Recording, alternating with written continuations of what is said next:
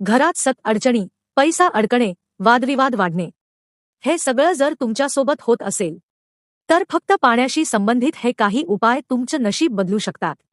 एक मुख्य दरवाजावर पाणी शिंपडण्याचा उपाय. रात्री एका पात्रात पाणी भरून ठेवा. शक्य असल्यास त्यात थोडं गंगाजल मिसळा. सकाळी सूर्योदयापूर्वी उठून हे पाणी घराच्या मुख्य दरवाजाच्या उंबरठ्यावर शिंपडा. उंबरठा हे पितरांचे स्थान मानले जाते. पाणी शिंपडल्याने पितृदोष आणि वास्तुदोष कमी होतात आणि घरात शांतता निर्माण होते. दरवाजा स्वच्छ करून पाणी शिंपडल्यास माता लक्ष्मीचा घरात प्रवेश होतो असं शास्त्र सांगतं. 2. देवघरात पाणी ठेवण्याचे महत्त्व.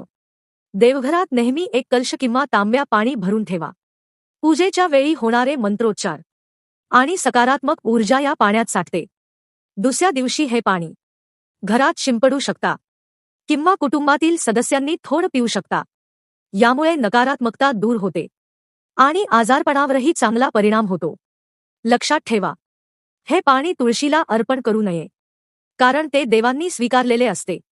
उरलेलं पाणी इतर झाडांना घालू शकता. 3. दिवा लावण्याचे योग्य नियम. दिवा शक्यतो तांबे, पितळ किंवा मातीचा असावा.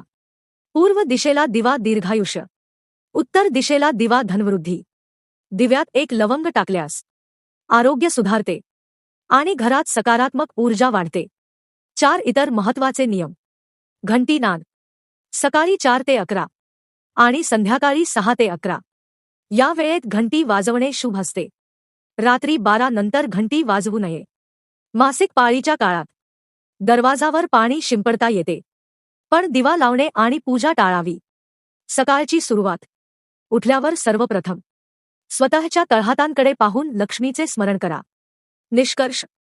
हे छोटे छोटे उपाय जर नियमित आणि श्रद्धेने केले तर घरातील वादविवाद कमी होतात आणि प्रगतीचे मार्ग खुले होतात. व्हिडिओ आवडला असेल तर लाईक, शेअर आणि सबस्क्राईब नक्की करा.